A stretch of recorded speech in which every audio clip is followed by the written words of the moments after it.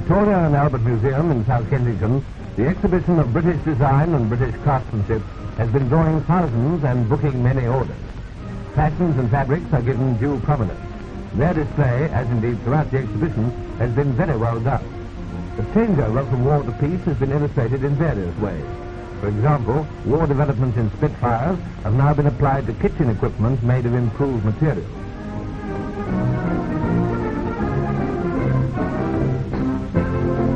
And out of the plastic used in gun turrets, they're now making shoes that look like Cinderella slippers. The exhibition received a royal opening. Near their Majesties on the platform were the Premier and Mrs. Astley, Sir Stafford and Lady Cripps. No country was more completely given over to war than ours. And yet we are, I believe, the first fighting country to create a peacetime exhibition of this kind and scope. I believe that the many visitors from abroad who visit this exhibition will find in it much evidence of our power of recovery in the face of all difficulties, and of our continued leadership in the arts of peace.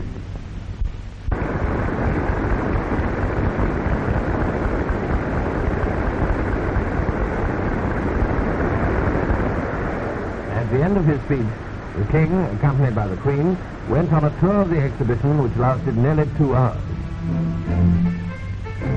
They saw glassware, which will no doubt be in strong demand overseas, as well as eventually at home. They inspected the toy section. Many of the exhibits will be in our shops by Christmas, I understand.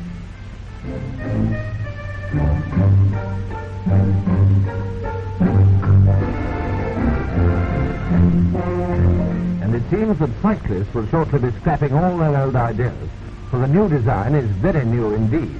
Cycles are to have small built-in engines and radios.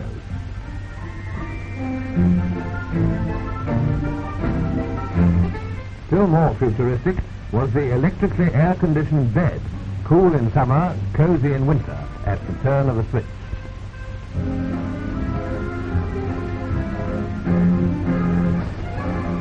Certainly there are lots of eye-openers at the Victoria and Albert. There's even a plan, perhaps a trifle nebulous, for travelling to the moon by what they call a spaceship. No bookings can be made yet, at any rate no return tickets. Radios are to be brighter too. You'll just plug into a decorative wall map.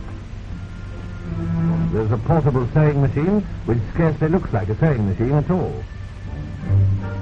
And sailing is to be done in something really new, a ship designed to sail right into the wind, or at least closer than any vessel has sailed before. Their Majesties, who expressed the keenest interest in all they saw, spent some time examining the homes of the future. Action was on kitchen design. Bathrooms are to be brighter and better equipped, and homes may someday have their own sunray section. The Queen was very interested in what is described as the miner's kitchen, a well-planned, labour-saving affair which will probably be the envy of most people who see it. Altogether, Britain has dressed her new shop window very well, but I suppose we at home have still got to exercise patience.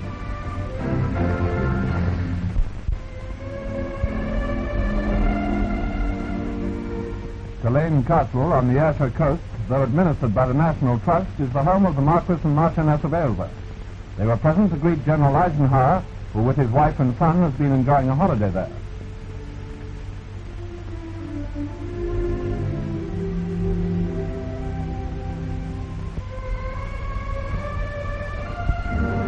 The American Chief of Staff has a suite in the castle, and it's not exactly surprising that he should avail himself of such a lovely spot for a vacation.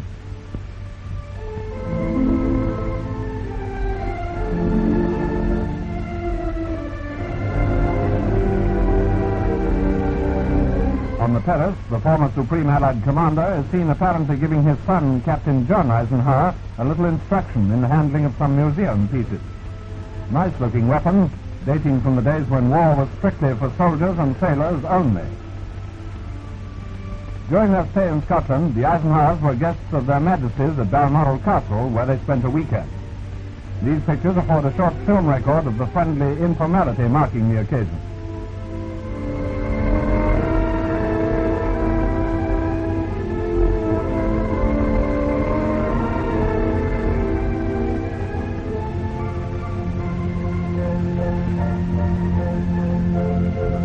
Although the royal family and their guests readily agreed to our cameraman making these notes of the visit, one of the king's dogs positively objected to facing the camera, even at the royal command.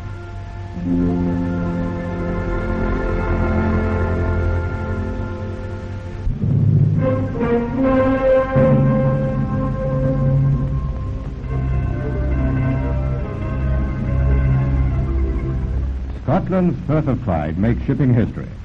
Speeding seaward on her first official trials, the Queen Elizabeth shows her paces and leaps back into headlines.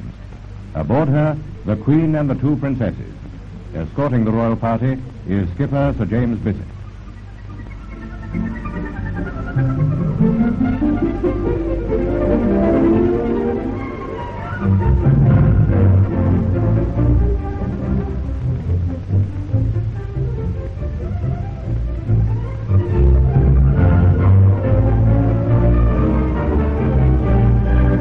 Entirely refurnished from stocks hidden away during the war years, the giant liner is the last word in restored luxury. This trip she's gained yet another distinction. A queen took the wheel.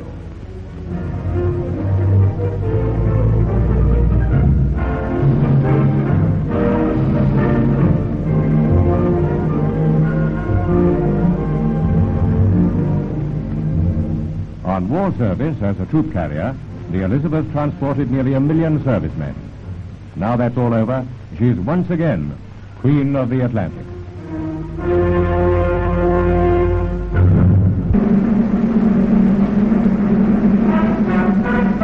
Lord Chancellor Lord Judge leads a procession of Britain's judges, referees, KCs, and Supreme Court officers. From Westminster Abbey, they go to the Lord Chancellor's reception at the House of Commons.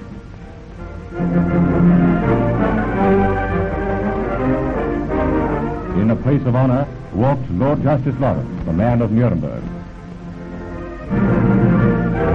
Reports our cameraman, from the judges, an air of dignity.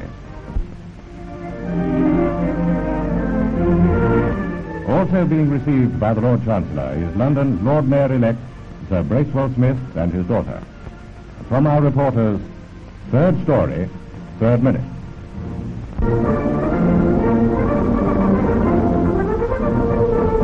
The CIGS visits the Royal Tank Regiment at Bovington Camp, Dorset.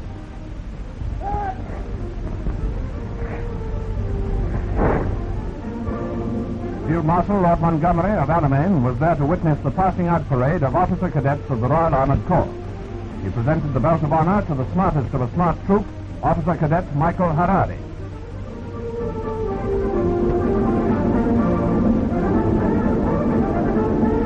You may have good tanks, Monty told the parade, but what matters is the man inside.